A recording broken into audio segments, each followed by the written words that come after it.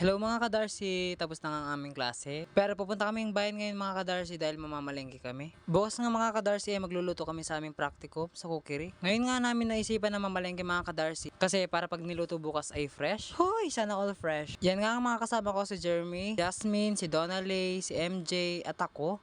Kaming anim nga mga ka-Darcy ay magkakaklase. Buti na nga lang mga ka-Darcy ay wala akong katabi. Kasi minsan mga ka-Darcy ay standing ovation dito. Hindi ko nga kayo nasama sa una kong practicum mga ka-Darcy kasi nakalimutan ko mag-video. Pero ngayon pangalawang practicum mga ka-Darcy sisiguraduhin kong makakasama kayo. Sumakay na nga lang kami ng minibus mga ka-Darcy mula Haguso hanggang Metro.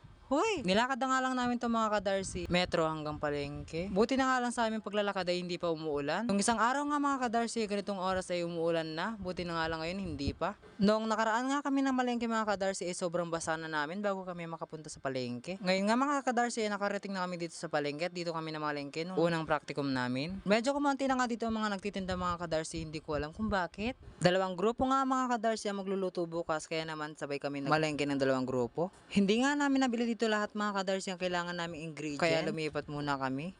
Bago nga kami mga ka-Darcy tumuloy sa aming pamamalengke kumain muna kami. Alas 5 na rin yata dito mga ka-Darcy kaya gutom na kami. Pancake na nga lang ang binili ko mga ka-Darcy. Bukod sa masarap na mura pa. Nung last nga naming palengke mga ka-Darcy dito rin kami nagmerienda. Hindi nga nakakasawa ang pancake nila dito mga ka-Darcy. Pagkatapos nga namin nagmerienda dyan mga ka-Darcy ay pumunta naman kami sa Robinson para bumili ng tinapay at bacon na gagamitin para sa practicum namin bukas. Ayan nga mga kasama ko mga ka-Darcy halatang mga pagod na sa paglalakad.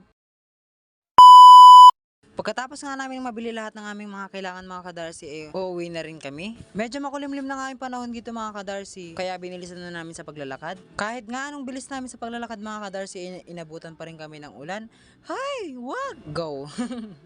Nandito na nga kami sa tapat ng Metro mga ka-Darcy at dito na lang kami maghihintay ng minibus. Sa sobrang puno nga ng mga sasakyan ngayon mga ka-Darcy jeep na nga lang ang aming nasakyan. Okay na rin mga ka-Darcy dahil mura lang. Halata nga sa mga mukha ng mga kasama mga ka-Darcy ang pagod. Unang-una sa paglalakad. Naulanan pa nga kami dyan mga ka-Darcy. Kakahintay sa mga pwedeng masakyan. Nainis nga ako dito sa driver ng jeep mga ka-Darcy dahil parang walang sakay. Sa sobrang pag-drive niya mga ka-Darcy para siyang nakikipag-race. Buti na nga lang mga ka-Darcy pagbaba may nakabang nakagad na motor. Kahit na ganun mga ka-Darcy nainis pa rin ako. Isa rin to sa mga driver na hindi inisip yung mga pasahero. 2,000 years later.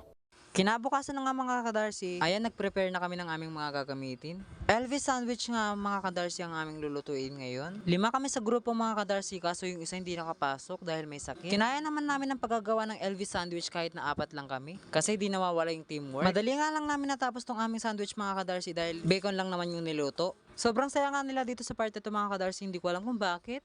Kada practicum mga ka-Darcy dalawang grupo, kaya nagkakaroon ng pagkakaisang bawat grupo. Paiba-iba nga kami ng ginagawa dyan mga ka-Darcy. Ako minsan tagahiwa ng saging, minsan tagaluto ng bacon, depende kung anong available na pwedeng gawin. Kung i-rate ko nga yung mga ginawa namin ngayon mga ka-Darcy, out of 10 is 8. Paiba-iba naman kasi mga ka-Darcy yung panglasa ng tao, hindi naman magkapare-parehas. Hindi nga ako makapag-video dito ng maayos mga ka-Darcy kailangan ko mag-focus dito sa aming ginagawa. Ang mga niluluto nga namin mga ka-Darcy depende sa mga na-discuss. Yung una nga namin ginawa mga ka-Darcy appetizer. Ganito nga ang itsura ng appetizer na ginawa namin nung nakaraan mga ka-Darcy. Kung i-rate ko nga ito mga ka-Darcy 10 out of 10 kasi sobrang sarap mga ka-Darcy. Pagtapos nga namin ang aming mga ginagawa mga ka-Darcy ganito yung naging resulta.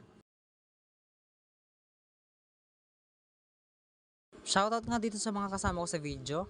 100% for sure mga ka-Darcy malinis tong aming mga ginagawa. Kung napapansin nyo nga mga ka-Darcy mula ulo hanggang pa kompleto, hairnet, face mask, apron, ganyan kami kalinis mga ka-Darcy kapag nagpa-practicum. Ganito nga ang pwesto ng aming pinaglulutuan mga ka-Darcy. Ayan, malinis. Magkatabi nga ng pwesto ang magkaibang grupo mga ka-Darcy. Yan, luto-luto, anywhere. Lahat ay may kanyang-kanyang ginagawa.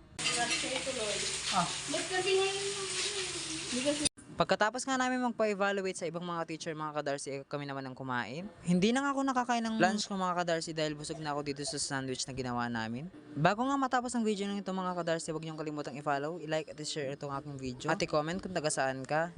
Yun lang. Thank you.